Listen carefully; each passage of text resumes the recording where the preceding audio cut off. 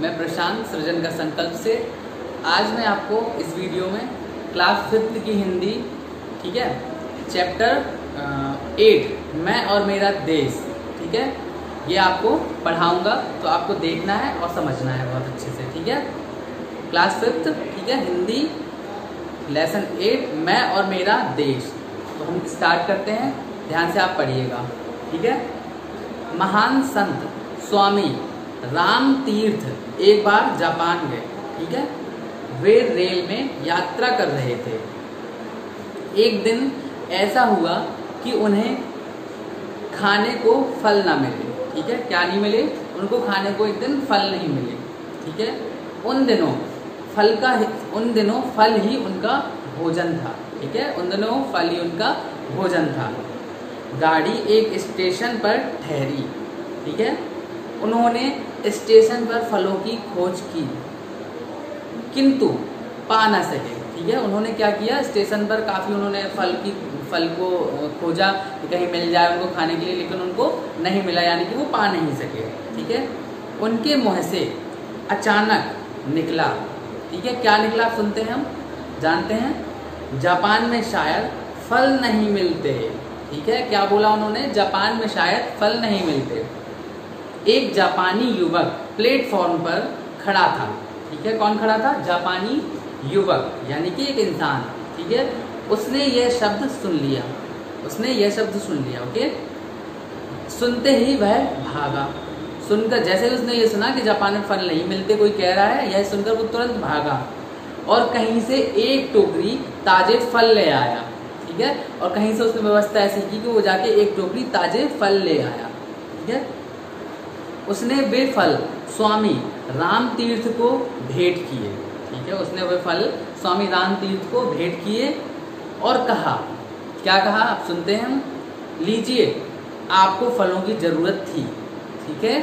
उसने बोला लीजिए, आपको फलों की जरूरत थी। स्वामी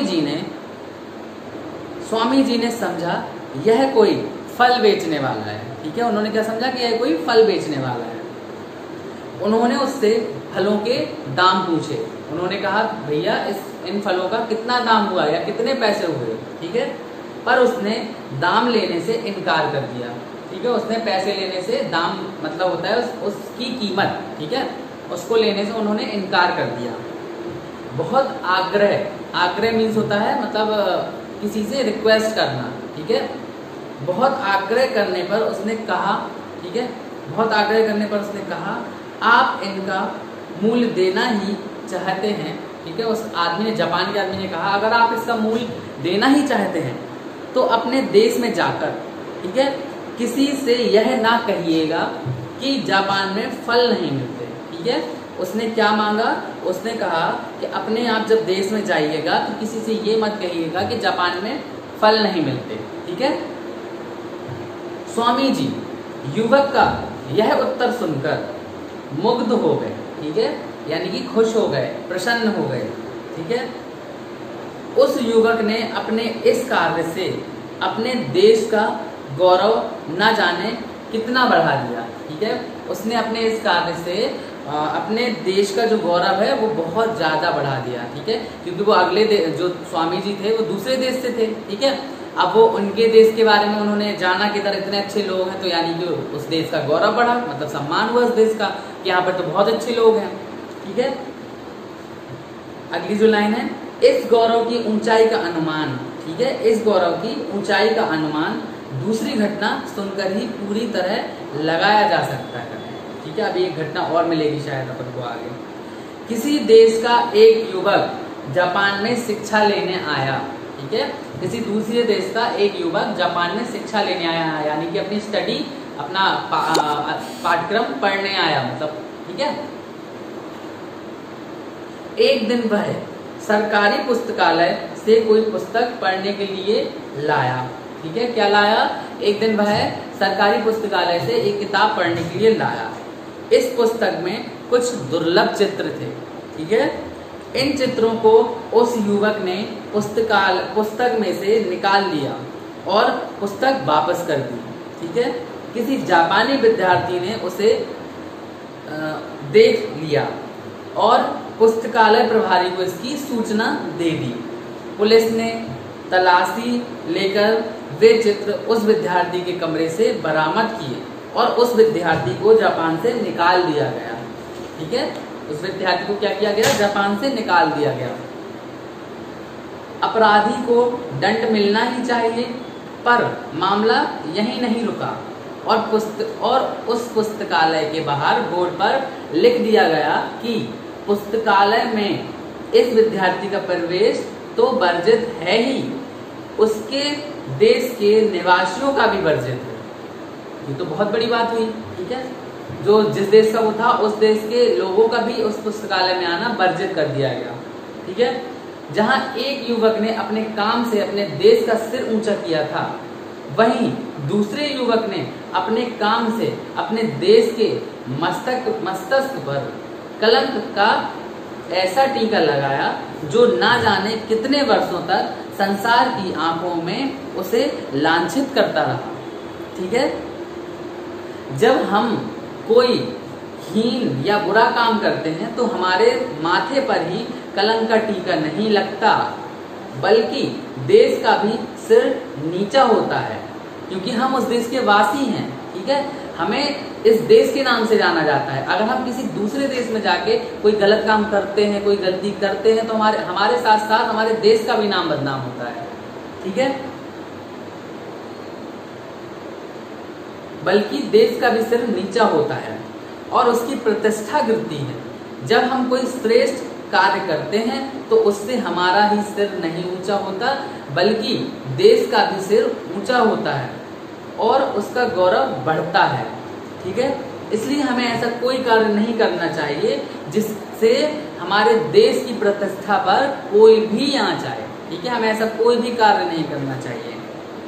क्या आप चलती रेल में, मुसाफिर खानों में, क्लबों में, चौपालों पर और मोटर बसों में कभी ऐसी चर्चा करते हैं कि हमारे देश में यह नहीं हो रहा है, वह नहीं हो रहा है और यह गड़बड़ है, यह परेशानी है? साथ ही क्या आप अपने देश की तुलना किसी अन्य देश के साथ करते हैं कि कौन सा देश श्रेष्ठ है और कौन सा देश हीन है? यदि हाँ, तब आपको चिंता होगी कि देश की प्रतिष्ठा को बनाए रखने के लिए हमें क्या करना चाहिए। ठीक है, क्या आप कभी केला खाकर छिलका जो होता है उसको रास्ते में फेंकते हैं? बताइए, आप फेंकते हैं क्या? ठीक है, अपने घर का कूड़ा बाहर फेंकते हैं? आप शब्दों का प्रयोग करते हैं? इधर उधर की बात उधर की इधर लगाते हैं? अपने घर दफ्तर गली को गंदा रखते हैं? होटल, धर्मशालाओं में या दूसरे ऐसे स्थानों में, जीनों में, कोनों में पीठ थूकते हैं? उत्सवों, मेलों में, रेलों में और खेलों में ठेलम ठेल करते हैं? निमंत्रित होने पर विलंब से पहुंचते हैं या वचन देकर भी घर आने वालों को समय पर नहीं मिलते और इसी तरह शिष्ट व्यवहार के विपरीत आचरण करते हैं? यदि आपका उत्तर हाँ है तो आपके द्वारा देश के सम्मान को भयंकर आघात लग रहा है और राष्ट्रीय संस्कृति को गहरी चोट पहुंच रही है। यदि आपका उत्तर नहीं है तो आपके द्वारा देश का सम्मान बढ़ेगा और संस्कृति भी सुरक्षित होगी। अर्थात इस पाठ से हमें यह शिक्षा मिलती है कि हमें कोई भी कार्य ऐसा नहीं करना चाहिए जिससे हमारे देश का नाम नीचा हो, हमारा नाम नीचा हो, हमारे माँ बाप का नाम नीचा हो। हमें हमेशा अच्छे अच्छे कार्य करने चाहिए, हमें गंदगी नहीं फैलानी चाहिए। ठीक है, हमें अपने आसपास सफाई रखनी चाहिए। ठीक है, और हमें अपने देश के बारे में और अपने समाज के बारे में बहुत अच्छी अच्छी बातें बोलनी चाहिए। कभी भी अपशब्द नहीं बोलना चाहिए किसी को, कभी भी गालियाँ नहीं देनी चाहिए। ठीक है, जो कि इस किताब में, इस पाठ में आपको बताया गया है। ठीक है, अब इसके पाठ के जो हमारे लेखक हैं हम उनके बारे में कुछ जान लेते हैं। जो हमारे इस पाठ के लेखक हैं उनका नाम है कन्हैया लाल मिश्र। ठीक है, क्या नाम है? कन्हैया लाल मिश्र और प्रभाकर। ठीक है, कन्हैया लाल मिश्र प्रभाकर का जन्म 29 मई ठीक है। 29 मई 1906 को सहारनपुर जिले के देवबंद गांव में हुआ। ये हिंदी के जाने माने निबंधकार थे, ठीक है। इनकी प्रमुख कृतियां हैं, इनकी जो प्रमुख कृतियां हैं वो कुछ इस प्रकार हैं। जिंदगी मुस्काई, माटी हो गई सोना, दीप जले शंख बजे। 9 मई 1995 को इनका निधन हो गया, ये स्वर्गवास चले गए, ठीक है बच्चों। तो आप इस पाठ को एक बार अपने आप से भी पढ़ेंगे, ठीक है। इसके बाद हम आपको मिलते हैं अगले वीडियो में इसके अभ्यास कार्य के साथ। तब तक आप पढ़ते रहिए, स्वस्थ रहिए। Thank you.